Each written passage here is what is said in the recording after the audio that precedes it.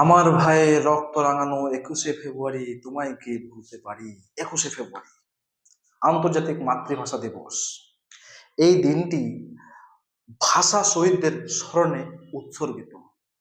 1952 সালে যারা এই দিনে বাংলা ভাষার মর্যাদা রক্ষার তাগিদে নিজের জীবনকে উৎসর্গ করেছিলেন।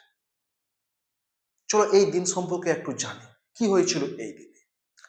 1947 সালে যখন দেশ স্বাধীন হয়, তখন একদিকে হয় পূর্ব পাকিস্তান, একদিকে হয় পশ্চিম পাকিস্তান। পূর্ব পাকিস্তান মানে কি আমাদের বাংলাদেশ, আমাদের পার্শ্ববর্তী প্রতিবেশী রাজ্য বাংলাদেশ। বাংলাদেশে তখন সরকার উর্দু ভাষাকে রাষ্ট্রভাষা হিসেবে গণ্য করে।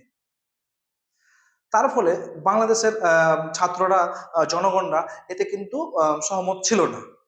1947 সালে তারা আন্দোলনে নেমে পড়ে, আমাদের উর্দু ভাষা লাগবে না, আমাদের বাংলা ভাষায় লাগবে। বাংলা ভাষায় একটা আলাদা একটা টান আছে, একটা ভালোবাসা আছে, একটা আন্তরিকতা আছে, একটা মাধুর্য আছে। তো বাংলা ভাষাকে আমাদের লাগবে।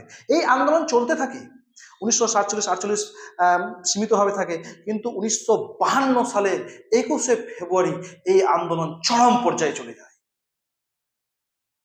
1952 সালে 21শে ফেব্রুয়ারি সকালে ঢাকা বিশ্ববিদ্যালয়ের পাশে, সেখানে ছাত্ররা, জনগণরা চরম হারে আন্দোলন করে সেখানে 144 নম্বর ধারাকে অমান্য করা হয়, ভেঙে দেওয়া হয়। তখন পুলিশ বাধ্য হয়ে গুলি চালায় এবং এই গুলিতে সালাম, বরকত, রফিক, জাব্বার আরো কয়েকজন তাদের নিজের প্রাণ ত্যাগ করে।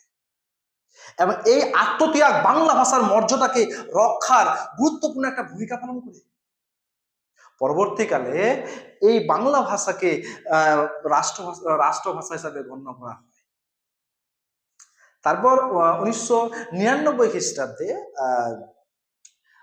ইউনেস্কো 21শে ফেব্রুয়ারিকে আন্তর্জাতিক মাতৃভাষা দিবস হিসাবে ঘোষণা করে এবং 2000 সালে এই আন্তর্জাতিক মাতৃভাষা দিবস 21শে ফেব্রুয়ারি পুরো বিশ্বব্যাপী পালন করে।